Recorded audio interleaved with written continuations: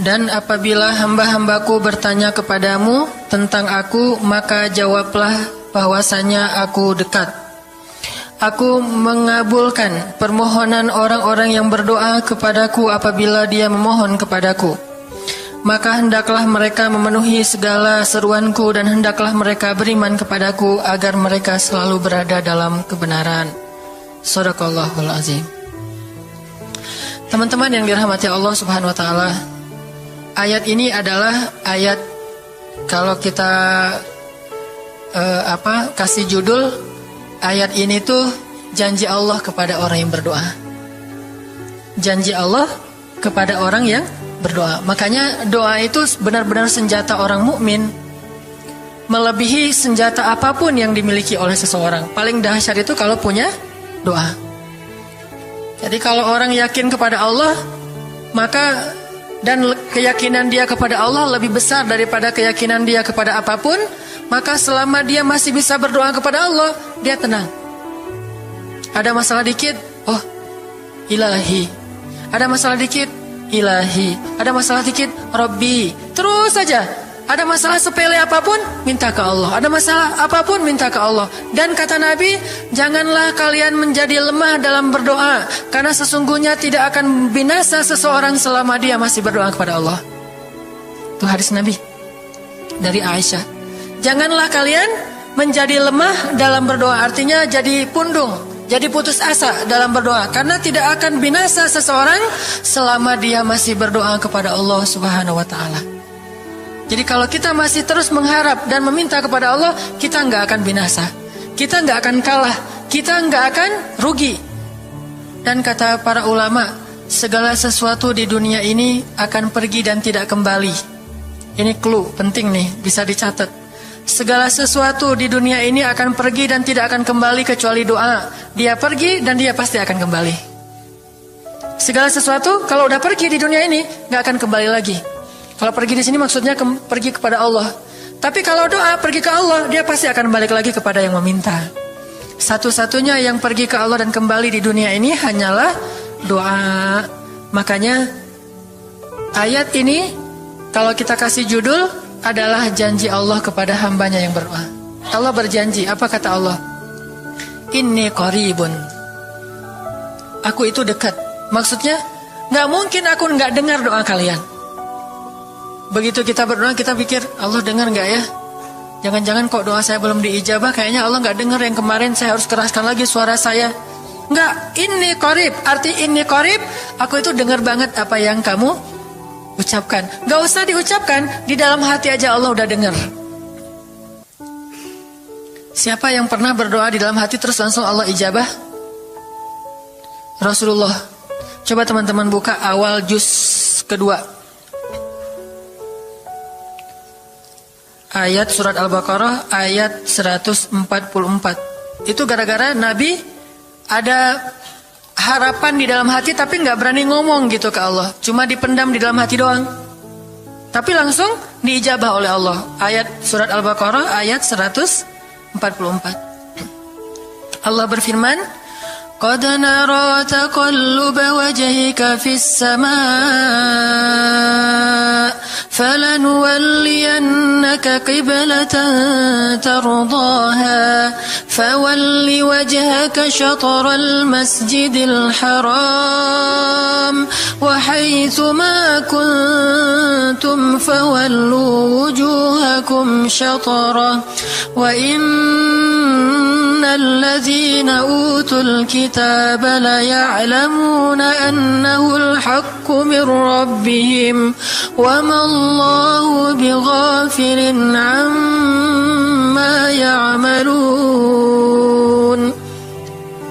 Jadi ceritanya, orang Yahudi suka menghina kaum muslimin gara-gara orang Islam kalau sholat waktu itu masih menghadap ke Al-Aqsa, Palestina. Jadi kata orang Yahudi itu, lihat orang Islam mah fake, suka niru. Kita sholat menghadap Al-Aqsa, mereka sholat menghadap Al-Aqsa. Berarti agama mereka itu adalah agama yang meniru agama kita, nggak original. Sering diperolok-olok. Setiap kaum muslimin sholat dihina sama mereka. Akhirnya Nabi ngerasa sedih.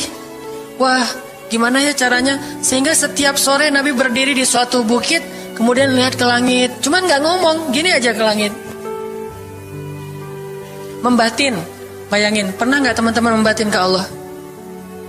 Ini yang harus kita coba lakukan. Belajar membatin kepada Allah. Itu romantis banget. Jadi duduk sendiri. Allah, ngomong gitu dalam hati. Dan yakinlah ini qarib, Allah tuh dengerin. Jangan pikir saya kayak ngomong sendiri, kayak orang kurang waras. Enggak, Allah itu mendengar. Jadi kita batin aja sama Allah, ngomong dalam hati. Ya Allah, saya tuh lagi gini, ada masalah. Ngomong dalam hati kita. Please Allah, please gitu ya. Nah, itu kalau kita membatin, inni qaribun wa asirru qaulakum aw ijharu bih innahu alimun bidzatis sudur. Jadi Nabi nggak enak mau ngomong, ya Allah tolong dong pindahin kiblat dari Masjidil Aqsa ke Masjidil Haram. Soalnya daripada dikata-katain melulu sama orang Yahudi, mau ngomong kayak gitu tuh nggak enak sama Allah. Malu Rasul ke Allah. Masa kiblat aja minta dipindahin. Akhirnya Nabi cuma ngelihat ke langit aja tiap hari. Udah selesai pulang. Besok lihat lagi ke langit. Turunlah ayat ini. Sesungguhnya kami telah melihat bagaimana kamu selalu menengadahkan wajahmu ke langit, maka kami palingkan kiblat ke arah yang kamu sukai. Coba lihat. Turun wahyu untuk merespon doa Nabi yang bahkan belum diverbalkan, belum diucapkan dengan kata-kata, tapi Allah udah ngerespon. Ini kan keajaiban doa nih. Cuman kita seringnya ngerasa udah minta berkali-kali kok nggak dikasih-kasih. Kita belajar sekarang. Rasul nggak usah minta pakai verbal, cuman membatin doang dalam hati, Allah udah ngasih. Pernah nggak teman-teman ngerasa kayak gitu? Ada kepengen sesuatu, tiba-tiba terwujud. Pernah kan? Tapi kepengennya yang baik-baik. Pengen misalnya, aduh, saya pengen banget umroh, cuman mau ngomong kayak gitu mah, saya mah orangnya kayaknya nggak mungkin bisa umroh kalau ngandalin harta. Orangnya nggak mampu, kerjanya juga pas-pasan, gimana mau umroh, untuk makan aja susah. Tapi pengen banget dalam hati kita. Dan itu rindunya tuh rindu banget. Setiap kali ngelihat video atau tayangan di TV tentang umroh dan haji, menitikkan air mata. Saking kangennya ke Baitullah. Allah tahu itu dalam hati kita. Tiba-tiba ada jalan, ada aja jalannya. Dan bisa dikasih sedekah, bisa juga hadiah, bisa juga door prize, bisa juga macam-macam. Pokoknya ada jalan aja, tiba-tiba bisa umroh. Dan saya sering banget membawa orang umroh. Di antara jamaah itu selalu ada 1 atau 2 orang yang umrohnya itu miracle, keajaiban dari Allah. Ketika saya cari tahu alasannya apa, ternyata emang dia dari dulu pengen banget umroh, cuman nggak bisa ngandelin hartanya. Allah kasih jalan yang lain. Bukankah Allah itu memampukan yang diundang, bukan mengundang yang mampu? Kan itu yang sering kita dengar kan? Allah tidak mengundang yang mampu, tetapi memampukan yang diundang. Kalau udah Allah undang, pasti mampu. Kalau Allah nggak ngundang, walaupun dia mampu nggak akan bisa. Jadi Allah bukan mengundang yang mampu, tetapi memampukan yang diundang. Sehingga kita kalau hati kita kayaknya pantas diundang, Allah undang tuh. Begitu juga dalam urusan rezeki. Aduh, saya pengen kerjaan yang kerjaannya itu lebih halal, lebih nyaman, bisa sholat berjamaah tepat waktu, ada waktu juga buat keluarga, bisa juga berdakwah ke teman-teman. Akhirnya membatin kita itu karena kuat banget, Allah wujudkan. Ini artinya Allah qaribun, Allah maha dekat. Sehingga kalau kita pengen doa kita itu powerful, belajar dari as-siqah billah. Tips pertama adalah as-siqah billah. Percaya deh sama Allah. Percaya sama Allah. Jangan berdoa dengan ragu-ragu. Kayak kita datang kepada seseorang untuk minjem duit, tapi kita ragu, dia nih kayaknya orangnya susah kalau dipinjemin. Kalau minta dipinjemin gitu, ini saya lagi ada masalah dikit nih, boleh minta bantu nggak? Gimana ya ngomongnya? Susah ngomongnya tuh, ragu-ragu gitu kan ya. Akhirnya kita ngomongnya tuh nggak enak, nggak nyaman, membuat dia juga ngasih ke kita juga ragu-ragu. Akhirnya nggak nyaman tuh hubungan kita sama dia. Tapi kalau kita yakin banget sama dia orangnya baik, kalaupun dia nggak ngasih dengan cara yang kita minta, kita yakin bahwa dia tuh pasti akan nolong kita. Sehingga kita akan curhat masalah kita itu dengan tulus, bahwa kita punya masalah kayak gini-gini, bukannya kita mau minta-minta, cuman Sifat dari manusia itu saling tolong menolong. Kita beritahu masalah kita dan kita yakin dia pasti akan nolong kita. Kalau nggak bisa ngasih duit, dia akan minta tolong kepada orang lain yang mungkin bisa membantu kita. Dia akan ngasih link. Dia akan memediasikan kita. Oh, aduh maaf ya, saya juga lagi sekarang lagi butuh uang. Ini lagi nabung-nabung juga, sama kita mah lagi sama-sama pengen hijrah status. Cuman nih saya kenal ada temen nih yang dia alhamdulillah orangnya tuh suka banget bantu orang lain. Mungkin saya bisa merekomendasikan, saya bisa bantu kamu, ayo kita jalan bareng, ngomong sama temennya. Pokoknya kita yakin dia bisa nolong. Nah kalau kita yakin, percaya sama Allah, Allah itu gak butuh perantara. Allah bisa nolong kita dengan cara apapun. Walaupun takdirnya udah ditulis, kamu tuh gak akan punya istri sampai meninggal dunia. Ya Allah, masa gitu sih? Gak akan punya istri. Ya Allah, tapi gimana, masa saya mau hidup sendiri terus? Kamu gak akan punya istri, kata malaikat teh. Ini orang doanya, katakan malaikat dengerin doa kita ya. Kalau di hati malaikat gak tahu, tapi kalau di lisan kita doa, ya Allah, beri saya seorang suami yang benar-benar bisa mendidik agama saya. Kata malaikat, Neng, ganti doa yang lain aja tuh Neng. Itu mah takdirnya udah ditulis, Neng gak akan punya suami. Kata malaikat. Kita mah walaupun malaikat ngomong gitu, biarin aja. Ya Allah, Engkau Maha Rahman, Maha Wadud, Engkau bisa mengubah takdir. Kata malaikat, ya juga sih, cuman takdirnya udah ditulis Neng. Ya Allah, terus aja. Tiba-tiba tok, Assalamualaikum, Waalaikumsalam. Ayahnya nemuin, ternyata pas kita nguping dari kamar, wah itulah calon pangeran kita yang datang untuk melamar kita, calon raja, calon imam. Malaikat heran-heran, wah subhanallah nih, si Enang ini gak putus asa dalam meminta. Kita juga gitu, doa aja terus. Walaupun takdirnya sudah ditulis, karena Allah bisa mengubah takdir lewat doa dan harapan. Masih ingat cerita seorang ibu di zaman Nabi Musa dulu? Yang datang kepada Nabi Musa bilang, ya Nabi Allah, ya Kalim Allah, saya gak punya anak, udah tua kayak gini, bisa gak ya? Saya minta tolong Nabi Musa doa kepada Allah supaya saya punya anak.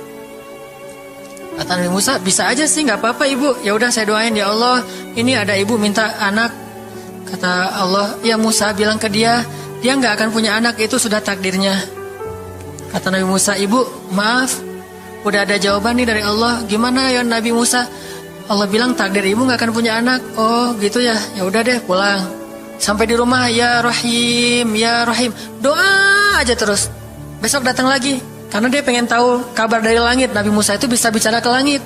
Ya Nabi Allah, saya mau tahu nih, kira-kira Allah sudah memperkenalkan belum ya permintaan saya? Permintaan apa? Pengen punya anak.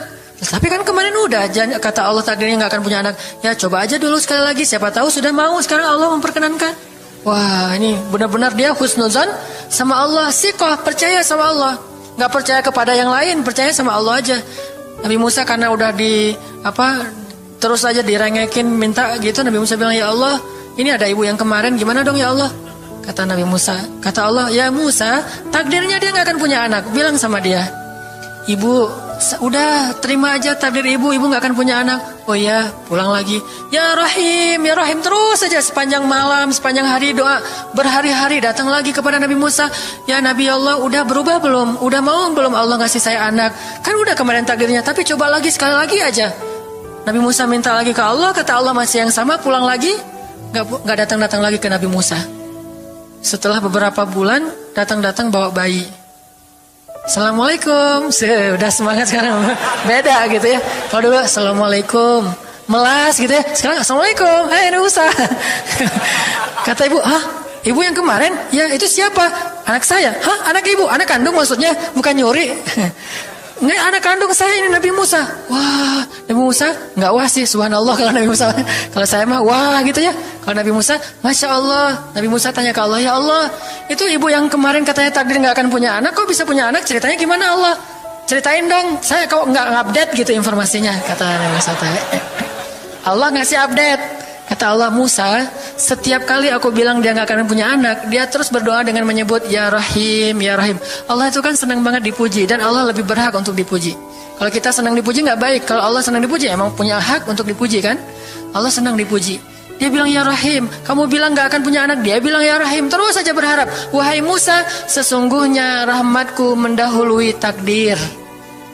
Rahmatku mendahului takdir. Akhirnya dengan sifat rahim Allah mengubah takdir ibu ini. Walaupun secara ilmiah gak mungkin punya anak karena sudah menopause, tetapi Allah yang memiliki kekuasaan atas segala sesuatu. Nah, tips pertama adalah kalau kita pengen doanya powerful, melahirkan mukjizat dan keajaiban, adalah ats-tsiqah billah. Harus percaya sama Allah. Pertama, percaya bahwa Allah Subhanahu wa taala itu Maha Kuasa mengubah apapun yang Dia kehendaki. Apa yang Allah ingin, masya Allah kan pasti terjadi. Wa man lam yasha lam yakun. Kalau Allah nggak pengen, nggak akan terjadi. Jangan suuzon sama Allah terus bilang, nggak enak banyak minta, amal saya sedikit, mending saya beramal aja nggak usah banyak minta. Jangan memperlakukan Allah seperti kita memperlakukan makhluk. Orang kalau kita banyak minta, dia akan kesulitan, lama-lama dia akan merasa terganggu. Tapi Allah kalau nggak diminta, dia marah. Manusia kalau kita minta banyak-banyak, dia marah. Allah kalau kita nggak minta, dia malah marah. Masya Allah ya, luar biasa. Allah tuh senang banget kalau hambanya meminta. Sehingga di antara hamba yang paling Allah cintai, di antara hamba-hambanya, hamba yang paling banyak menengadahkan wajah dan telapak tangannya. Ilahi, ilahi. Minta sama Allah, Allah tuh suka banget diminta. Orang yang suka meminta itu bahasa Arabnya awwahun. Inna Ibrahim la awwahun halim. Ibrahim itu hamba yang awwahun halimun. Awwah halim. Halim itu artinya menahan amarah. Awwah da'a. Da'a artinya banyak berdoa. Kalau da' itu berdoa. Kalau da'a senang banget doa. Ada masalah dikit, ilahi, Rabbi, ngadu aja ke Allah, manja gitu. Dan Allah tuh senang banget dengan hamba yang kayak gitu. Sehingga sampai Nabi mengatakan, mintalah kepada Allah walaupun cuman garam. Garam aja minta ke Allah. Sepele banget masalah kita. Ya Allah, mudah-mudahan nanti nggak macet ya. Minta sama Allah. Kok macet ya Allah? Ya biar kita sabar. Udah tahu jam macet berangkatnya telat gitu ya. Jangan salahin Allah. Tapi minta, bilang, biasakan kita tuh komunikasi sama Allah dengan manja. Ya Allah, mudah-mudahan saya bisa jawab ujiannya. Udah belajar sih ya Allah, cuma nggak tahu kan semuanya di tanganmu. Minta ke Allah. Bismillahirrahmanirrahim. Makan ya Allah, ini rezeki darimu. Makasih ya, makan. Kalau bahasa lainnya makasih, alhamdulillah. Alhamdulillahilladzi at'amani hadza wa razaqanihi min ghairi haulin minni wala quwwah. Hafal tuh? Kalau nggak hafal, udah aja bismillah lah. Alhamdulillah gitu. Bismillah ya Allah, masya Allah nih rezeki darimu. Udah selesai makan, udah sendawa gitu. Alhamdulillah, Allah baik banget. Ngomong sama Allah, sering-sering komunikasi sama Allah. Dan Allah itu wa huwa ma'akum aina ma kuntum. Dia bersama kalian dimanapun kalian berada. Bersama ya, bukan ada. Kalau ada itu beda. Allah di mana-mana itu beda. Tapi Allah bersama kalian itu artinya Allah melihat, Allah mendengar, Allah menyaksikan, Allah mencatat, Allah maha menilai bersama kita. Kalau ada, dia bertempat. Sehingga nanti kalau ada anak bilang, "Mah, Allah di mana?" Allah ada di mana-mana, Dek. Tadi dia malah karena cerdas, kalau gitu di WC juga ada, kan nggak boleh kan? Ini jawaban yang keliru, kurang filsafat. Allah itu bukan ada di mana-mana. Allah bersama kita dimanapun kita berada. Itu beda. Kalau bersama, ma'iyah artinya Allah melihat, menyaksikan, mendengar, menghargai, dan terus memelihara dimanapun. Sehingga nggak usah khawatir bahwa ini mah nggak di masjid, nggak apa-apa. Selama bukan di tempat yang najis, seperti di kamar mandi atau di mana yang tempat-tempat yang nggak boleh, kita itu mah nggak. Tapi yang di tempat yang umum, di pasar, di jalan, lagi di kendaraan, di dalam masjid, di luar masjid, Allah, ilahi, Rabbi. Kalau perlu lebih manja lagi, pakai irama dikit, Allah gitu. Kayak orang manggil temennya gitu. Atau kita miss call Allah dulu. Ya Allah, udah nggak ngomong apa-apa. Itu miss call. Miss call Allah. Ngapain miss call? Caper, kangen sama Allah. Allah gitu lagi. Itu zikir kan? Allah, Allah, Allah. Kata Allah, ada apa hambaku? Allah lagi terus saja Allah. Di miss call berkali-kali, pas Allah buka, wah 100 miss call. Allah 100 kali zikir. Udah 100 kali miss call, Allah yang telepon balik. Ada apa hambaku? Wah, ditelepon sama Allah lewat kejadian-kejadian hidup. Tiba-tiba ada kejutan dari Allah. Langsung bilang sama Allah, thanks Allah. Kan romantis tuh sama Allah. Jangan cuma sama cewek doang bilang thanks, segala macam bahasa-bahasa yang keren. Sama Allah juga harus keren. Tapi setelah thanks, alhamdulillah, karena itu yang paling baik. Intinya harus percaya sama Allah. Allah tuh senang banget didoain. Kita berdoa kepadanya gitu. Allah tuh senang. Terus makna percaya sama Allah juga, kita percaya bahwa Allah itu nggak akan ngecewain orang yang berdoa. Ujibu da'watad da'i idza da'an. Aku pasti mengijabah doa hamba-hamba yang berdoa kepadaku. Nggak usah khawatir, pasti diijabah. Tapi kok masih belum aja Ustadz? Nah, kita harus belajar apa itu makna diijabah. Jangan-jangan Allah udah mengijabah, kita nggak ngerti. Kayak ada analogi tentang orang yang tenggelam, terus dia meninggal sambil menuduh Allah, Allah kok nggak nolong saya? Bukankah aku sudah mengirim pelampung? Jadi pelampung itu cara Allah menolong kita. Kita berharap ditolongnya tiba-tiba selamat aja di pantai. Nggak kayak gitu. Allah punya cara, sehingga kita harus belajar memahami maksud Allah. Allah maksudnya apa? Di antara cara Allah mengijabah, kata para ulama, satu, Allah mengijabah persis seperti yang kita minta. Dua, Allah mengijabah yang lebih baik dari yang kita minta. Yang ketiga, Allah kalau nggak ngasih persis, ngasih yang lebih baik, dikasih di akhirat. Bahkan itu lebih keren daripada di dunia. Kok di akhirat sih? Ntar dulu. Akhirat itu jaraknya nggak jauh dengan kita, cuma 60 tahun. 60 tahun tuh cepat banget loh. Sekarang rata-rata usianya berapa? Bahaya kalau nanya usia. Kalau saya udah setengah, udah 30-an tahun. Teman-teman pasti masih 17 ya. Angkat tangan yang 17. Nggak ada. Di bawah 20 tahun, di bawah 20 tahun. Yang di atas 40. Nggak berani angkat tangan, ada sih. Artinya waktu 60 tahun itu nggak lama, sebentar doang. Jadi analoginya gini. Kita lagi kuliah, pengen nikah. Terus kita naksir sama seorang cewek cantik banget, dan saking cantiknya sampai kita cuma bisa bermimpi. Wah, saking cantiknya kayaknya nggak mungkin banget buat kita. Tiba-tiba ayahnya bilang, Dek, kamu senang sama anak saya? Yang mana Pak? Masih nanya yang mana? Takutnya yang tadi kebalik. Ini yang lagi yang lagi kuliah, yang namanya si Fulanah misalnya. Sebutlah namanya Nisa apa gitu ya. Terus dia bilang, boleh Bapak setuju kamu nikah sama anak saya, tapi ditunda dulu sampai kamu lulus kuliah. Kita senang gak tuh? Sampai lulus kuliah, gak apa-apa. Masa kita mau bilang, gak mau Pak kalau lulus kuliah, mending gak usah deh, saya mau yang sekarang. Pasti gak gitu kan? Karena kita tahu ini cantik banget, keren banget, soleha banget, idola banyak cowok-cowok di kampus, dikasih buat kita. Syaratnya cuma satu, tunggu lulus kuliah 4 tahun lagi. Pasti kita akan sabar banget menanti tuh. Gak mungkin kita bilang, Pak, Bapak kalau nawar yang serius dong. 4 tahun mah lama tuh Pak. Yang kedua, tips supaya doa kita powerful. Kalau doa sama Allah itu yang romantis. Bahasa Arabnya munajat, curhat sama Allah. Dan doa itu ibadah, bukan sekedar permintaan, bukan cuma request, tapi ibadah. Jadi kalau orang rajin doa sama Allah itu akrab sama Allah. Dan kalau akrab jadi romantis sama Allah, enak gitu, hubungannya dengan Allah tuh adem banget, nyaman banget. Pas dia berdoa, Ilahi, gini ngomong kayak Nabi Zakaria yang tadi di surat Maryam pas sholat rakaat kedua. Apa kata Zakaria? Ini bentuk curhatnya Zakaria. Qala rabbi inni wahana al-'azmu minni washta'ala ar-ra'su shayba wa lam akun bidu'aika rabbi syaqiyya. Nabi Zakaria doa romantis, suaranya pelan. Wadhkur fil dzikru rahmati rabbika 'abdahu Zakaria idz nada rabbahu nidaan khafiyya. Zakaria tuh kalau doa tuh lirih banget suaranya. Lembut banget.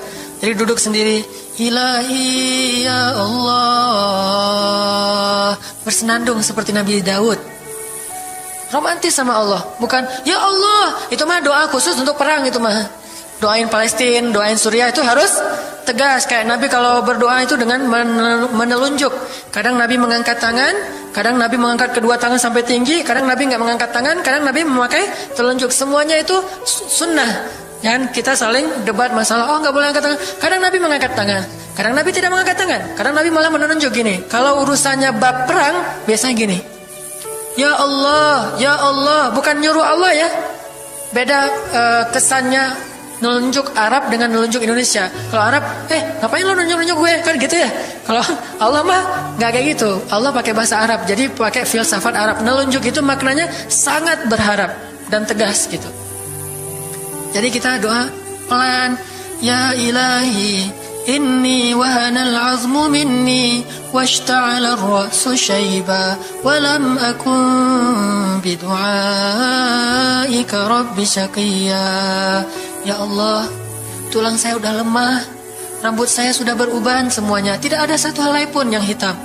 Tapi saya belum pernah berputus asa dari berdoa kepadamu ya Allah. Ini namanya curhat. Wa inni khiftul mawaliya min warai. Ya Allah, saya takut banget kalau saya meninggal tidak ada yang meneruskan dakwah saya, sedangkan Bani Israel itu mudah tergelincir. Fahabli min ladunka waliya.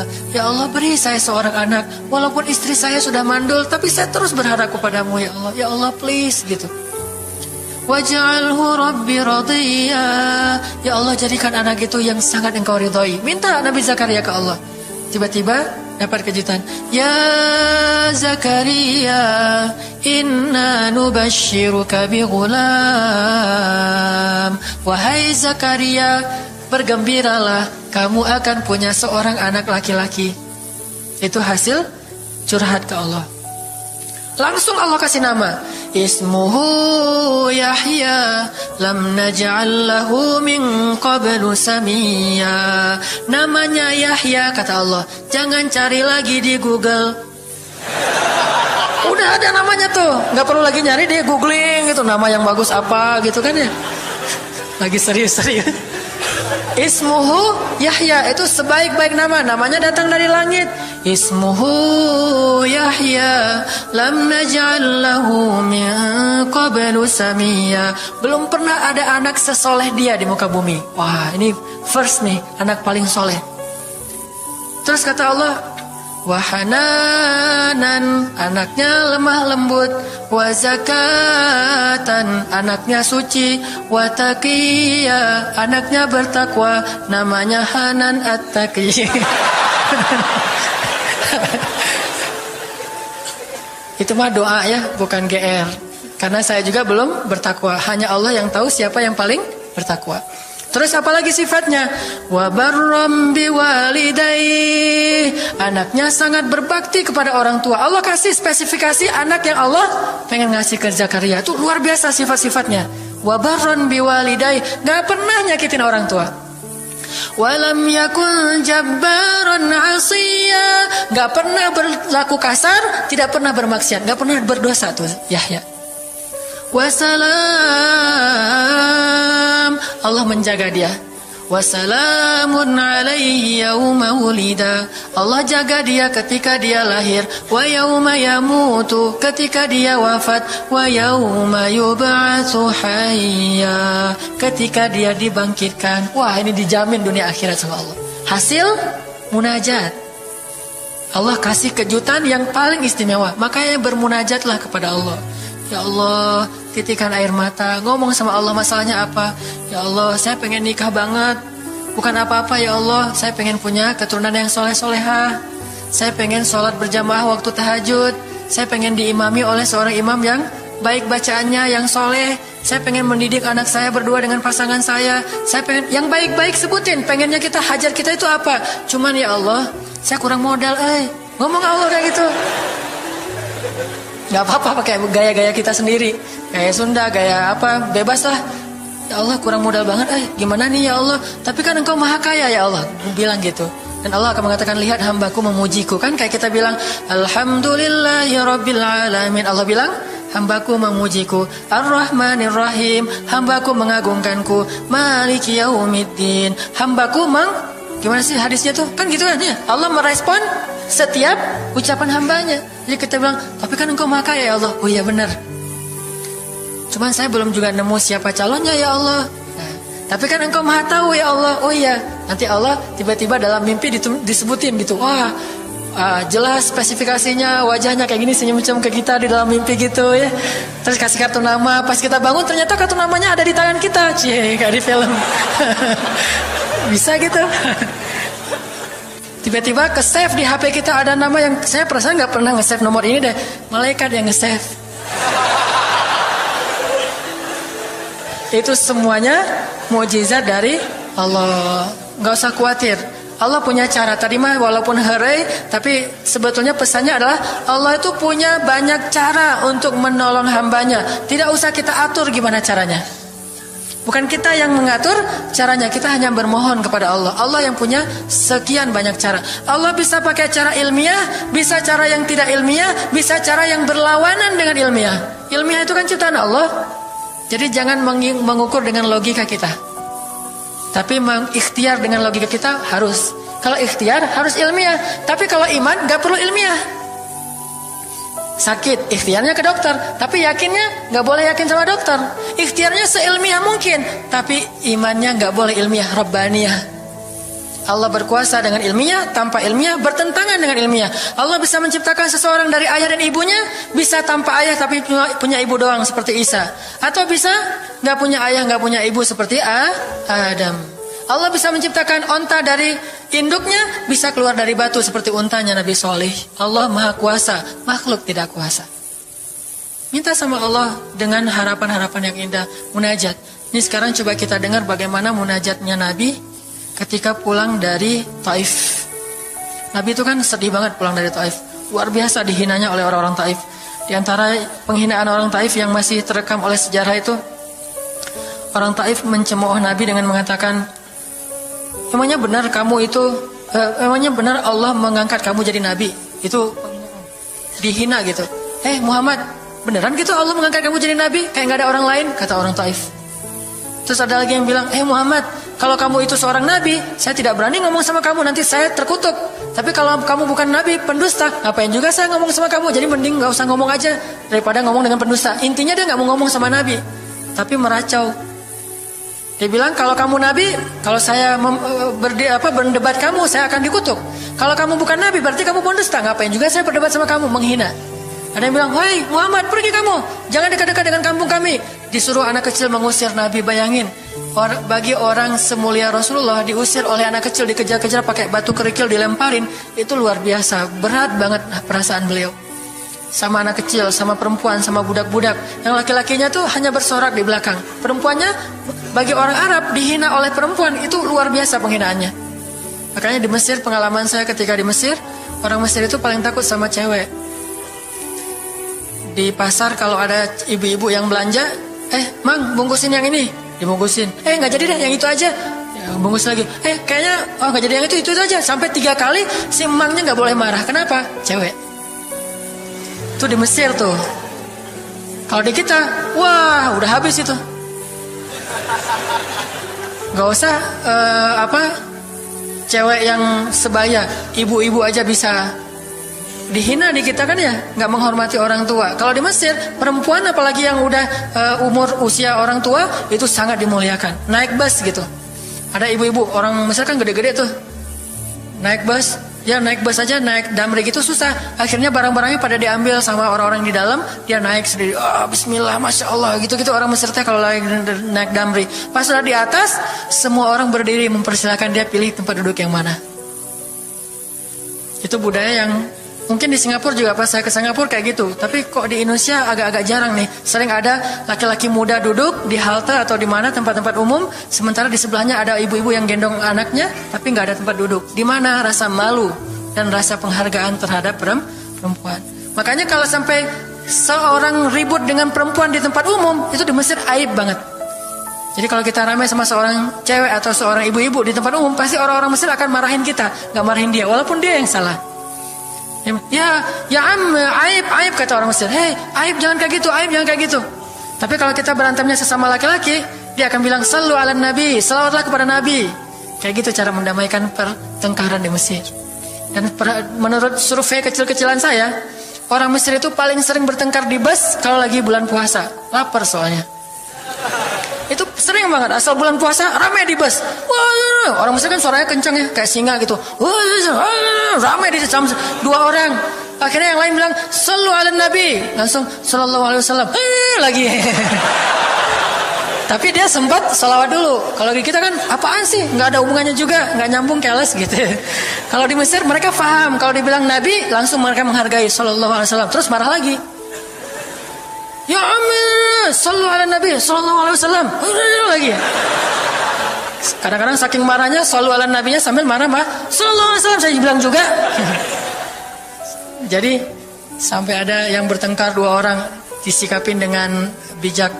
Orang Mesir kalau marah tuh suka bilang keledai, ya hamar, wahai keledai gitu. Terus yang orang bijak ini kayaknya educated dosen gitu kayaknya, dia bilang, emangnya ada keledai selain engkau di sini? Terus dia bilang, nggak ada. Ada. Apapun jawabannya salah. Memangnya ada keledai selain kamu di sini? Kalau dia bilang nggak ada, berarti emang kamu sendiri. Kalau dia bilang ada, berarti kamu juga keledai.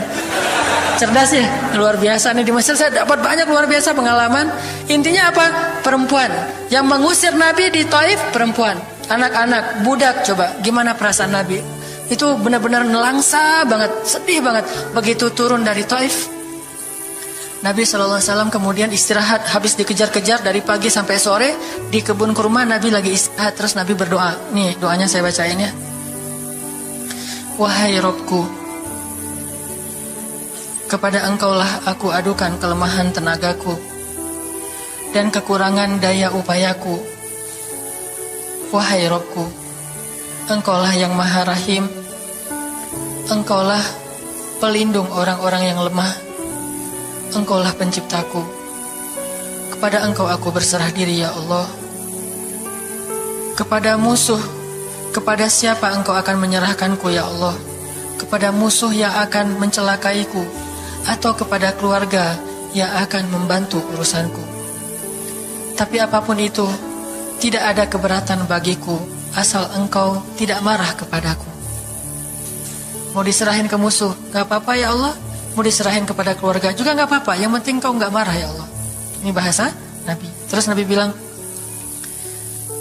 sedangkan kasih sayangmu maha luas bagiku, aku berlindung dengan cahaya wajahmu yang mulia, yang menyinari langit dan menerangi segala yang gelap, dan atasnya lah teratur segala urusan dunia dan akhirat.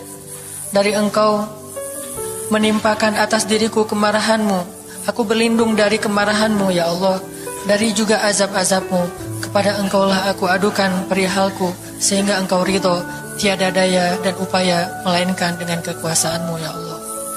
Tapi ini kalau kita baca dengan versi Arabnya lebih romantis lagi. Versi terjemah memang agak kaku. Kalau kita tahu bahasa Arabnya, ya Allah, tidak masalah aku diperlakukan kayak gini. Tidak masalah aku diusir, aku dihina, aku disakiti, aku dilempari, aku dikejar-kejar. Yang penting engkau tidak marah kepadaku. Coba, gimana Nabi itu cinta sama Allah.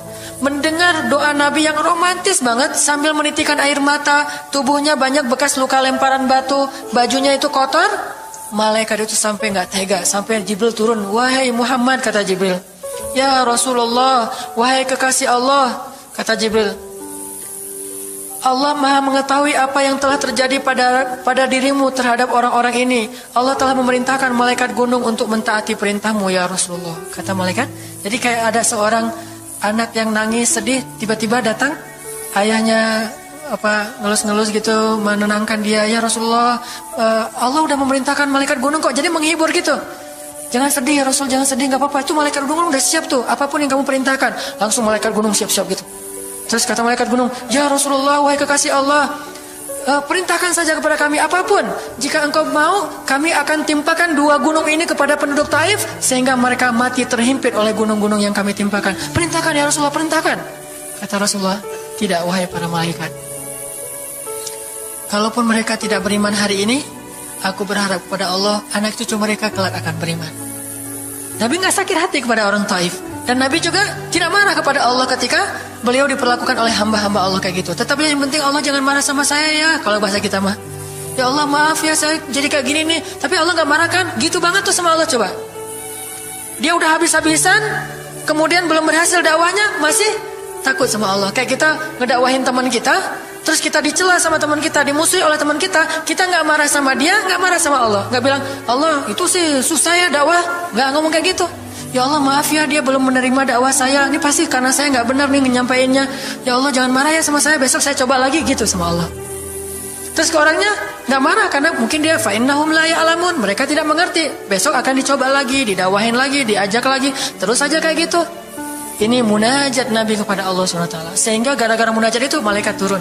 Sama kayak munajat curhatnya Nabi Yunus. La ilaha illa anta subhanaka inni kuntu minadh zalimin. Subhanallah. Nabi Yunus tuh bermunajat di dalam perut ikan, lirih banget, suaranya tuh pelan banget. Tapi suara yang pelan itu menggetarkan arasy Allah Subhanahu wa taala. Kita udah teriak-teriak pakai mic, gak ada yang bergetar. Nabi Yunus kalimatnya sederhana, tetapi dari hati banget. Benar-benar curhat. Ya Allah, tidak ada ilah selain Engkau. Aku ini udah zalim terhadap diriku sendiri. Ya Allah, maafin saya, maafin saya. Subhanallah, subhanallah, Engkau maha suci, saya ini kotor. Engkau maha suci, saya ini kotor. Terus saja sampai suara Nabi Yunus di dalam perut ikan, di dalam laut yang dalam itu menggetarkan arasy Allah di langit ketujuh. Tiba-tiba malaikat arasy bertanya, suara siapa ini ya Allah? Begitu indah, begitu lembut, meminta ampun kepadamu ya Allah. Kata Allah, itu suara hambaku Yunus. Apa yang dia minta ya Allah? Dia minta ampun kepadaku. Ya Allah please ampunin dia ya Allah please. Kata malaikat-malaikatnya. Semua malaikat meminta ampun untuk Yunus alaihissalam. Sehingga kemudian Allah mengatakan, ya sudah aku ampuni dia. Tiba-tiba Nabi Yunus diselamatkan. Curhat sama Allah. Kalau ada masalah bilang ke Allah. Apapun, ya Allah. Duduk sambil bersandar di pohon. Ya Allah coba buka surat Al-Qasas. Gimana Nabi Musa itu suka curhat kepada Allah. Surat Al-Qasas surat 28 ya. Ayat ini ya. Ayat 16 coba.